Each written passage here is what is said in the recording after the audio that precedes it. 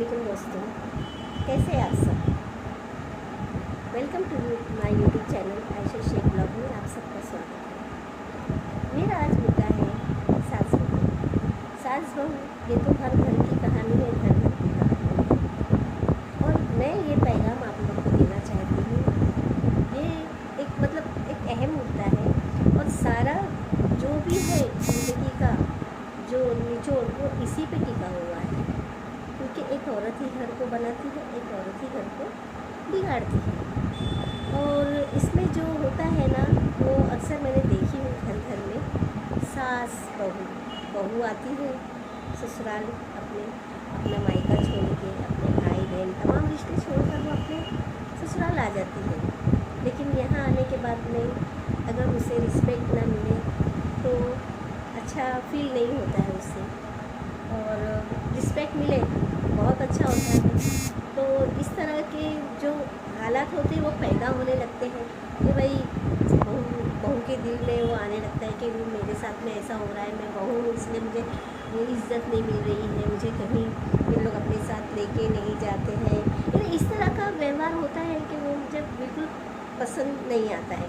तो फिर इस तरह से गलत कदम उठाया जाता है, जैसे देखा जाता है घरेलू हिंसा है, डोमेस्टिक वायलेंस है, और इस तरह के केसेस देखे जाए तो ज़्यादातर ऐसे होते हैं। और ज़्यादातर ऐसा होता है ना कि ये जो केसेस होते हैं ना, वो अभी तो मैं देख रही हूँ ना कि मतलब काफ़ी जो होते हैं वो गलत भी होते हैं, गलत होता है, बेगुनाहों को फंसाया जाता है दोनों तरफ से। और मैं सास की तरफ से भी बोलूँगी कि सास भी अपना एक इमेज बना के रखें ससुराल में। जब आप बड़ी हो, आप घर की वो हो, main head of the family हो, तो आपका फ़र्ज़ बनता है कि आप आए भी अपनी बहू को इज़्ज़त दो। जैसे अपनी बेटी को इज़्ज़त देती हो वैसे अपनी बहू को इज़्ज़त दो, उसके दिमाग को समझो, क्योंकि उसका माहौल रहता है नया नया, वो दूसरे घर से आती है और आपके माहौल में एडजस्ट होने को उसको टाइम लगता है। तो आपने भी अपनी बहू को इज़्ज़त दो और वो भी आपको इज़्ज़त देगी। जब आपसे उसको प्यार मिलेगा तो वो आपको ज़रूर प्यार करेगी, वो भी आपको इज़्ज़त देगी। और ऐसा होता है ना कि मतलब जैसे ही आती है बहू तो वहाँ का माहौल देख लेती है, तो उसके हिसाब से उसके दिल में बोलते ना, first impression is the last impression, ये होता है। तो एक घर कर जाता है कि ससुराल में मुझे इस तरह से ट्रीट किया जा रहा है, मुझे इस तरह से हो रहा है, तो मेरे साथ ऐसा होगा। तो फिर वो बाहर बात नहीं करती है, तो लोगों के कान तक बात जाती है। अगर आप अपनी बहू के साथ घर में अच्छे रहोगे तो क्यों आपकी बुराई करिए, कहाँ क्यों बोलिए किसी से भी कि मेरे घर से साले मेरे साथ ऐसा करते हैं, नहीं बोलेगी।